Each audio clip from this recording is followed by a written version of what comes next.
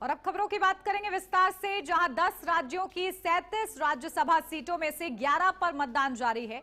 सबकी नजरें खास तौर पर बिहार, हरियाणा और उड़ीसा पर है, जहां रोचक मुकाबला होने की उम्मीद है। दरअसल इस बार राज्यसभा की 37 सीटों के लिए चुनाव होना था, जिसमें से 26 कैंडिडेट पहले ही निर्विरोध चुने जा चुके हैं। अब बिहार की 5, उड़ीसा की 4 और हरियाणा की 2 सीटों पर आज वोटिंग है। अब सारा ध्यान उन 11 सीटों पर है, जहां बिहार में नीतीश कुमार भी अपनी हिम्मत आजमा रहे हैं। बिहार में 5 सीटों पर 6 कैंडिडेट हैं, जिससे एक सीट पर पेच फंसना तय माना जा रहा है। तो वहीं हरियाणा में भी 2 से 3 उम्मीदवार हैं। हरियाणा में चुनाव से पहले रिजॉर्ट पॉलिटिक्स भी खूब देखने को मिली है। तो राज्य पूरी तरह एनडीए एकजुट है। एनडीए के लोगों ने सभी अपने 5 उम्मीदवार को जिताने के लिए संकल्पित थे। सबको अपना मतदान कर लिया है, लगभग 1-2 बचे हैं, वो भी आधा घंटा में दे देंगे। हमारे सारे उम्मीदवार, 5 के 5 उम्मीदवार चुनाव जीतेंगे।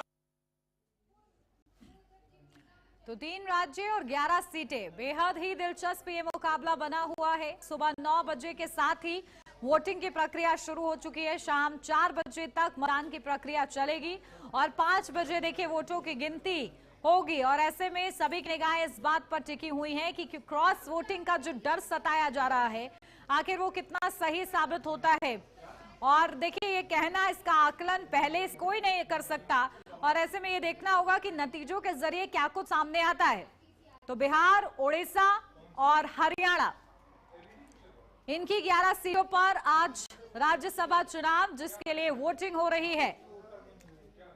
तो देखिए, राज्यसभा चुनाव बेहद ही दिलचस्प बना हुआ है, क्योंकि इससे पहले ये पॉलिटिक्स देखने को मिली जहां पर अपना वोट बचाने के लिए रिजॉर्ट पॉलिटिक्स सामने आई, जहां पर कांग्रेस ने अपने बड़े बड़े नेताओं को हिमाचल का रुख कराया और उसके बाद आज के दिन उन्हें वापस भी बुलाया, क्योंकि आज वोट कास्ट करना था। और इसकी प्रक्रिया देखिए लगातार जारी है। लेकिन इन सब के बीच हरियाणा, बिहार और उड़ीसा, जिनकी 11 सीटों पर लगातार ये राज्यसभा चुनाव के लिए वोट कास्ट किया जा रहा है।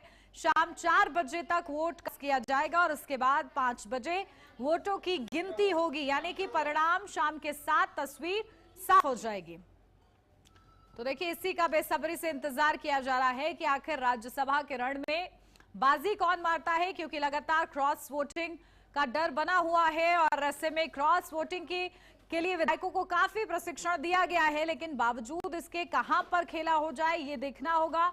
और जो बड़े बड़े जानकार हैं वो भी इसका विश्लेषण कुछ इसी तरीके से करते हुए नजर आ रहे हैं कि वो कह रहे हैं कि इंतजार करना होगा शाम में, तब चौंकाने वाली तस्वीर सामने आएगी, क्योंकि जद्दोजहद काफी की गई है कि क्रॉस वोटिंग ना हो।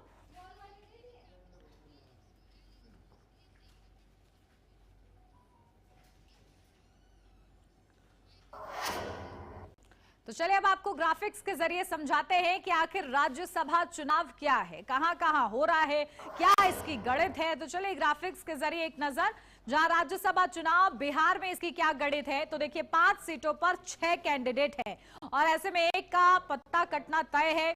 अब एनडीए के 202 विधायक हैं। अब इन आंकड़ों के गणित के जरिए समझिएगा कि क्रॉस वोटिंग का क्या खेला आज हो सकता है। तो महागठबंधन के करीब 35 विधायक हैं और इसी के साथ ये मुकाबला रोचक हो जाता है, क्योंकि लगातार विपक्ष कोशिश ये कर रहा है कि क्रॉस वोटिंग का जो फायदा हो सके एनडीए को, वो ना होने दिया जाए। जीत के लिए 41 वोट चाहिए और ऐसे में इन आंकड़ों के हिसाब से एनडीए को 4 सीटें आसानी से मिल सकती हैं, जो बहुमत उनके पास है। लेकिन एक सीट पर दांव फंसेगा और उसी के लिए जद्दोजहद है। अब देखिए, आपको बता रहे हैं कि बिहार में राज्यसभा चुनाव, 5 सीट 6 उम्मीदवार, जहां जेडीयू से नीतीश कुमार और रामनाथ ठाकुर, तो बीजेपी से नितिन नवीन और शिवेश कुमार, और आरएलएम से बात करें तो उपेंद्र कुशवाहा, आरजेडी से बात करें तो अमरेंद्र धारी सिंह।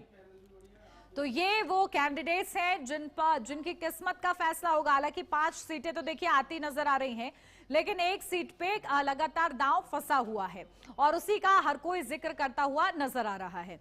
लेकिन इन सब के बीच देखिए, क्योंकि एनडीए के 202 विधायक हैं, महागठबंधन के 35 विधायक हैं और जीत के लिए 41 वोट चाहिए। तो क्या ये गणित है? चलिए एक बार आपको विस्तार से और समझाते हैं ग्राफिक्स के जरिए। जहां राज्यसभा चुनाव हरियाणा का गणित अब चलिए समझिए, जहां सीट है हरियाणा की और राज्यसभा चुनाव के लिए, और ये बेहद ही ज्यादा दिलचस्प हो जाता है कि आखिर उम्मीदवार, क्योंकि 3 नजर आ रहे हैं हरियाणा से, और यहां पर भी क्रॉस वोटिंग का जो खतरा है वो लगातार बरकरार समझा जा रहा है। जीत के लिए 31 वोट चाहिए, और ऐसे में क्योंकि आज कुल इन 3 राज्यों की 11 सीटों पर चुनाव हो रहा है, ऐसे में बीजेपी के पास 48 विधायक पहले से है मौजूद है, और इस संख्या के हिसाब से, क्योंकि 31 चाहिए आंकड़ा और ऐसे में बीजेपी के पास 48 है, यानी कि ज्यादा ही है, लेकिन जीत के बाद 17 वोट एक्स्ट्रा हैं, यानी कि ये देखिए मार्जिन आप समझिए, क्योंकि जो आंकड़े कह रहे हैं, जो बहुमत के आंकड़े सामने आ रहे हैं वो बीजेपी के पक्ष में है। कांग्रेस के पास 37 विधायक है, लेकिन क्रॉस वोटिंग जो कि बड़ा खेल करती है राज्यसभा और जैसे चुनावों में, उसका खतरा लगातार बरकरार है। तो हरियाणा में राज्यसभा चुनाव 2 सीट 3 उम्मीदवार हैं, जहां संजय भाटिया बीजेपी से, करमबीर बौद्ध कांग्रेस से, सतीश नांदल निर्दलीय है हुए हैं, और ऐसे में उन्हें जीतने के लिए, क्योंकि निर्दलीयों ने लगातार इस मुकाबले को हरियाणा बना दिया, 2 सीटें हैं, लेकिन बावजूद इसके यहां पर पेच फंसता हुआ नजर 3 उम्मीदवार हैं।